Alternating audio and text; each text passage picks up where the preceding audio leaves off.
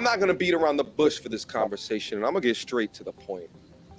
Pearl, you f***ed up. You knowingly invited a white supremacist and a self-proclaimed racist onto a platform which is primarily supported by, at least initially, and produced by black people. This comes across as insensitive to downright nasty. And I want to be clear, it's not just inviting said person to the conversation that's upsetting, because conversations with people who don't agree with each other or don't agree with a particular position, if done in a healthy way, can promote civil discourse.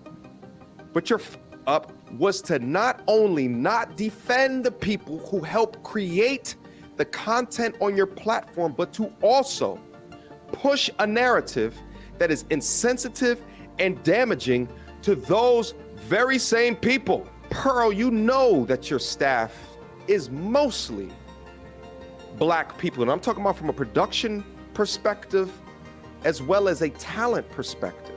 You also know that the majority of your content utilizes black people talking about black relationship issues. You could have had black people sitting in the same room with this person in order to combat some of the hellacious things that were coming out of his mouth, or to have a different perspective that would have lent itself well to demonstrate the respect for the people that watch your content and that you employ. I don't think that your platform would be as big as what it is today if it wasn't for the essential utilization of black people, black relationship topics, and black talent. And the talent came from all over. When you include the likes of an Andrew Tate, all the way down to a Brittany Renner.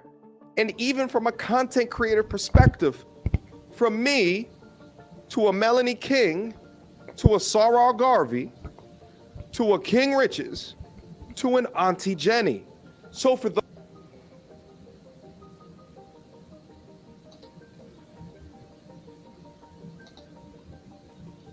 All right, y'all. How y'all doing? Welcome back to the channel. It's your boy Jay Larone. Please go ahead, like, subscribe, and share, and drop some comments down below.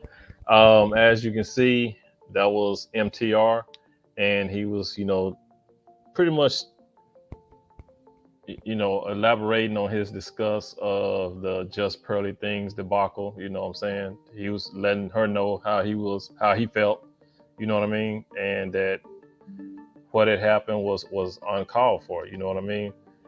And like he said, she had a man on there that was a racist, who they were talking about things that shouldn't have been talked about, especially when you have black people on your show, black people who work behind the scenes, and black people on your panel. So MTR was just saying, how he felt about it. And I'm going to go ahead and share Just Pearly Things. She had an apology, pretty much, if you want to call it that. You know what I mean? She posted an apology for what happened on the show with Nick Fuentes. Okay, so if you guys hold tight, I'll go ahead and share this with you guys of her apologizing. What up, guys? Welcome to the Just Pearly Things YouTube channel, and welcome to Morning Coffee Thoughts, where I give my thoughts over morning coffee. Today I have a chai tea. I quit coffee. You guys don't care about what I'm drinking. Okay. Today, I'm going to be addressing the Nick Fuentes situation. Yeah, I know why you guys are here. Okay.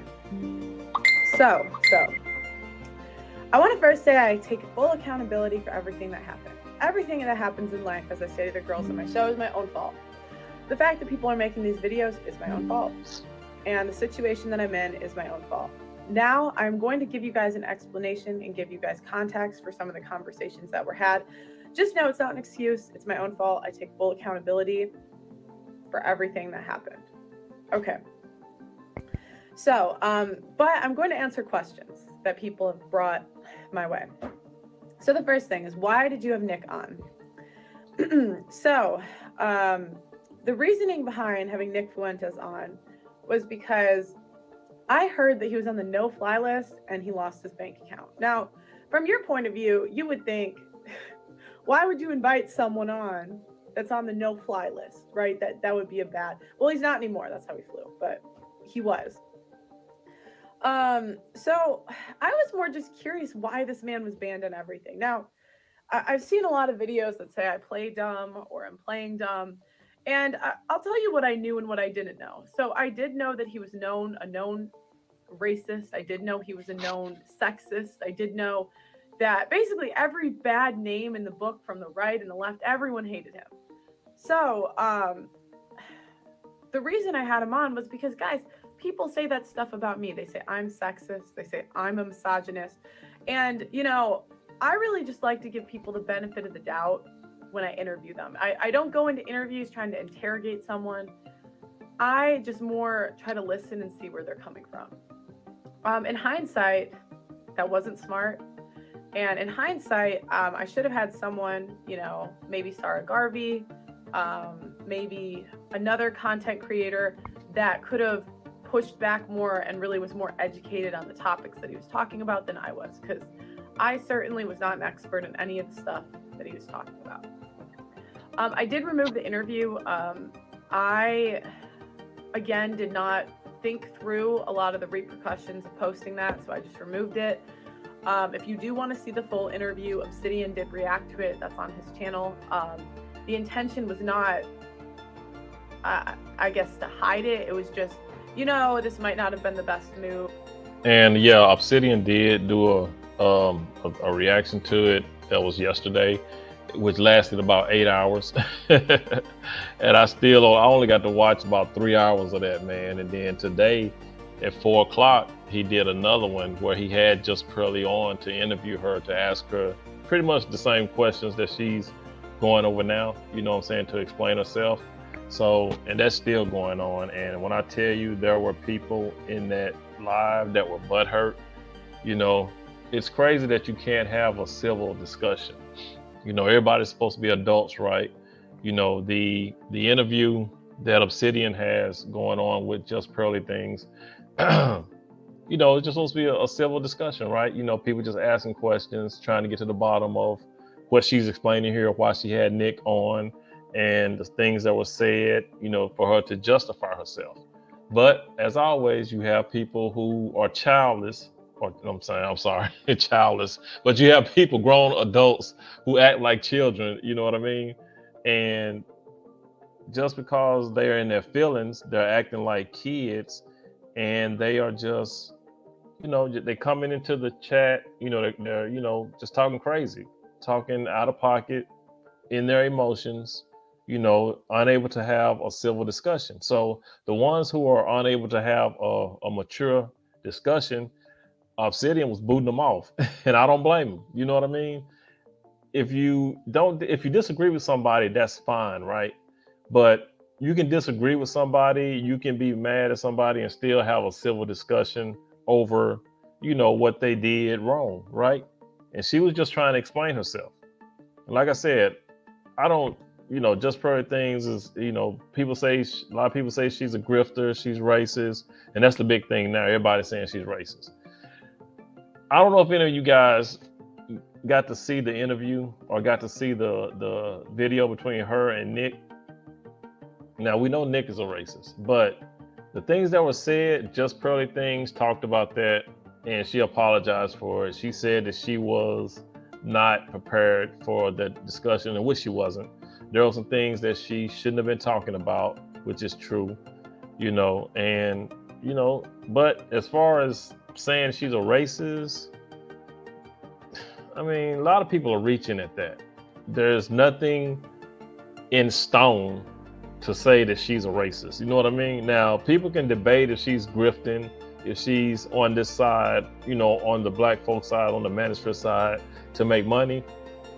Okay. I mean, you can say that, yeah. Is she genuine? You know, you can say that too. You know, you can say that her heart is in the right place. She's genuine, but she is trying to make money. Put it that way. That's the way I see it. But let's go back here and listen to what else she had to say real quick. I'm just gonna remove it now. So again, racism has no place in society, and I do take accountability for bringing him on. Hindsight's always 2020. I wrote down some of the complaints that people had. So if I look this way, it's just because I made bullet points of everyone's concerns, and I'm just addressing them. Okay. My Africans, that part. So in the heat of the conversation, I made some remarks to my producer, Blessing. Now, Blessing is a godsend. Okay, Blessing has made the production quality literally phenomenal. He's so talented. And during this conversation, we were talking about immigration, and I said, I'm trying to get my Africans to America. Now, I watched it back, guys. It was so cringy. Oh my gosh, it was so embarrassing. I meant my African employees. I just said Africans.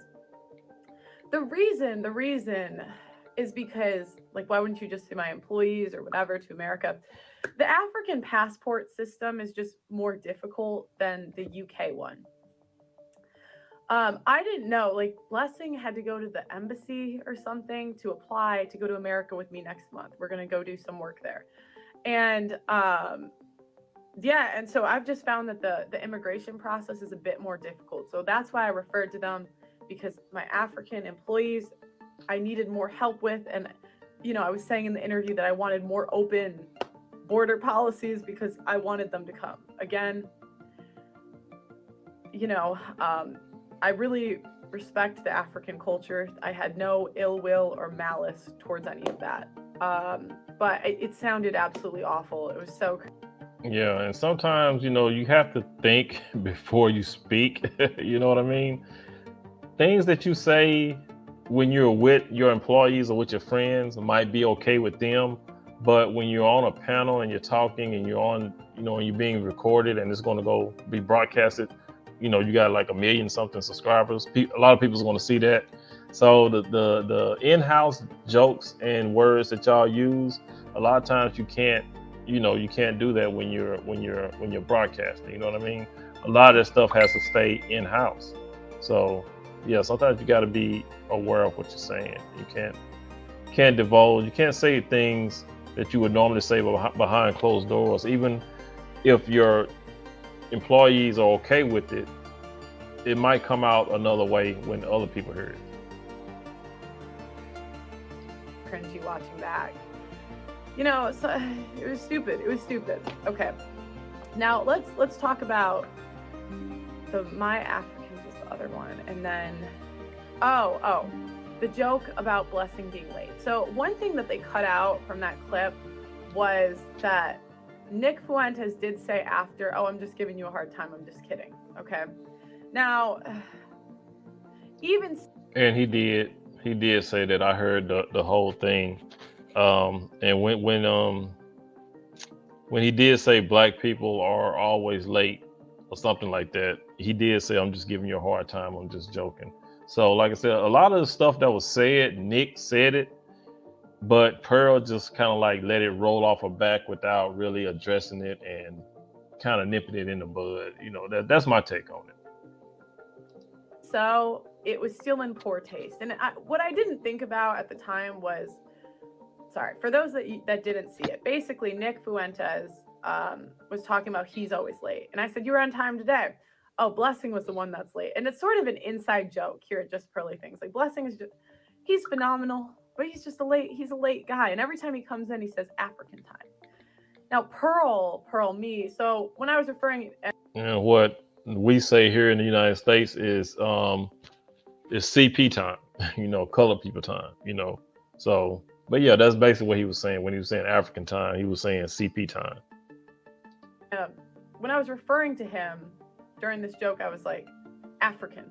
Now, I was saying African time, referring to what he says when he comes in. Now, what I realized is this was especially disrespectful because we did have someone that's a known white supremacist race. Like, making that joke in front of him, with him, is just in poor taste. And I did apologize to him for it. I really had no malice or ill will. But, stupid. It was just stupid. Okay. The next, Yeah, and it was, like I said, the stuff you talk about in house. You know, you got to take that. You can't be talking about that on the interview. You know what I'm saying?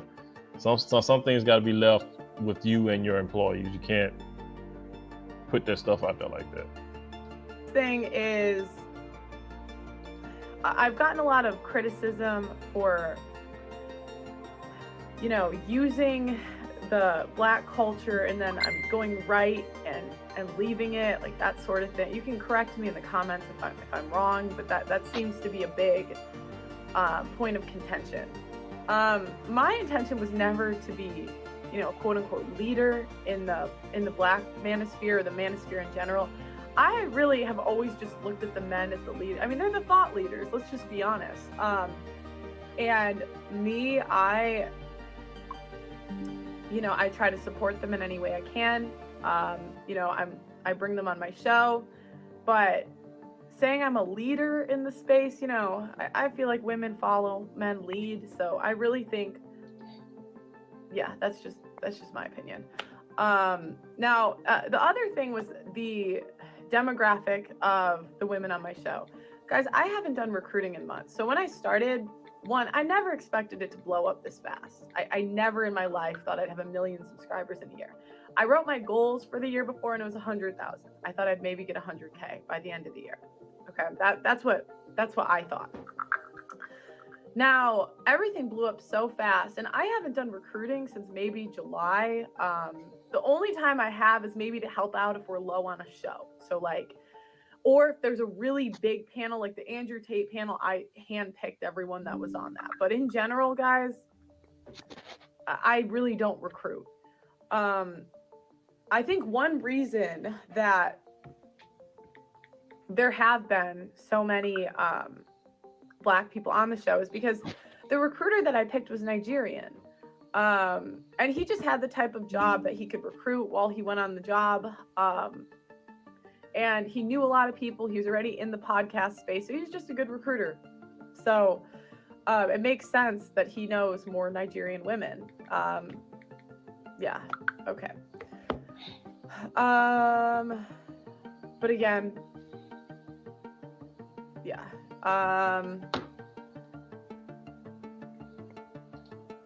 So yeah, she was saying with the recruiting, a lot of people has been giving her a hard time about recruiting. You know, basically about the people that's on her panel that be on her shows. Like they say she on purposely, get a bunch of Black women on the show just so she can make fun of them and make them look bad. But like she said, she has a recruiter. The recruiter is Nigerian, so the recruiter goes out and picks the people. So she can't help it if the Nigerian is recruiting a bunch of Black women. You know what I mean? But from what I understand, he recruits a bunch of people, and some people might cancel. So you got to have people on standby. And a lot of people who do come to her shows are Black women. He, that's what he prefers to pick. So she just run it. She just run with it. She just, whoever comes on the show, this is what it is. So, I mean, you can't get mad at her for it. Like I said, this is entertainment. This is about, getting views, getting people, getting known and getting money. And it is what it is. The next part. Now, this was the part that was probably the dumbest part of the whole interview. This was the stupidest, the dumbest. Oh, this was stupid. So I said that slavery was embellished in the interview. Now that not only is that yeah, that was stupid, insensitive, it's not accurate. There were things in slavery that were worse than what was shown on TV. Yep. What I was referring to, I don't even want to tell you guys what I was trying to say because it wasn't what came out and it doesn't even matter. Again, if you watch the full thing, I was more referring to the system of using atrocities to control people. That's what I was trying to say. But to say that it wasn't, that it was embellished is, oh gosh, so stupid, insensitive. And nor am I, sure, I've read a couple books, but I'm not informed or qualified enough to really have that conversation. So not bringing someone else onto the show, again, stupid. Now, the next thing is that my friend Gabby came on the show with him, and she's dating someone that is Black. And he would say openly racist comments to her. Now, I should have pushed back on that. Like, I've been in interracial relationships. So for me to not push back on that, especially with all of the people that have been on my show, was stupid. It was stupid.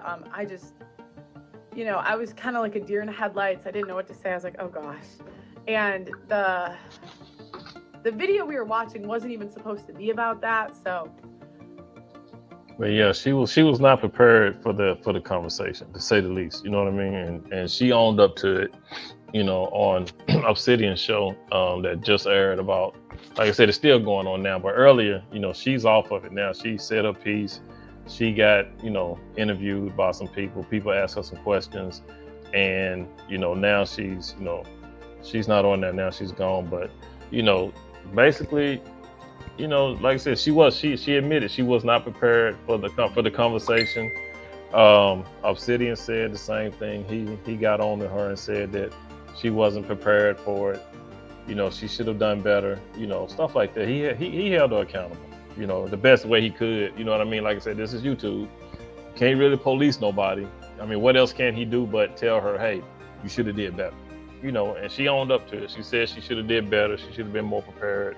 And like I said before, there were people just coming on the panel, coming on the show, talking crazy, talking greasy, not being professional, not being adult about it. But in the end, when people say that she's racist, I mean, you can't really prove it. Nothing she did or said on that interview with Nick pointed out racism on her part. You know what I mean? Like I said, but like I said, you can say that she's a grifter. You can say that she's pandering. I mean, a lot of people saying that she's using Black women or using Black folks to make money. You don't have to go on her show. You know what I mean? That's another thing. You do not have to go on her show. When her recruiter goes out and recruit these people, they don't have to come up on her panel. And she said it before, a lot of people don't. A lot of people cancel. So they have to have backup, right? So nobody has to visit, you know what I'm saying? When they recruit people to come onto a show, they don't have to show up, but they do. And these are all people in the UK, right? Because her show is based in the UK, in England. So over in London. So yeah, so nobody's making these people come on. They know what she's going to talk about, right? So, like I said, people can say that she's, pandering and using black folks to make money, but I mean, nothing is proven. You know what I mean? And like I said, if you don't like it, you don't have to go on her show. You don't have to listen to her show. You don't have to subscribe. You don't have to be a supporter. You know what I'm saying? For all I care, y'all can just, people can just, pretend like Just Pearly don't exist and just go and start watching and supporting somebody else. You know what I mean? So that's just my take on it. But hey. But y'all tell me what you think about it, man. Drop some comments down below. It's your boy Jay Larone. Please like, subscribe, and share. And I'll holler at you guys in the next one. Y'all be good to yourself. By all means, be good to one another. Peace out and enjoy the rest of y'all day. All right.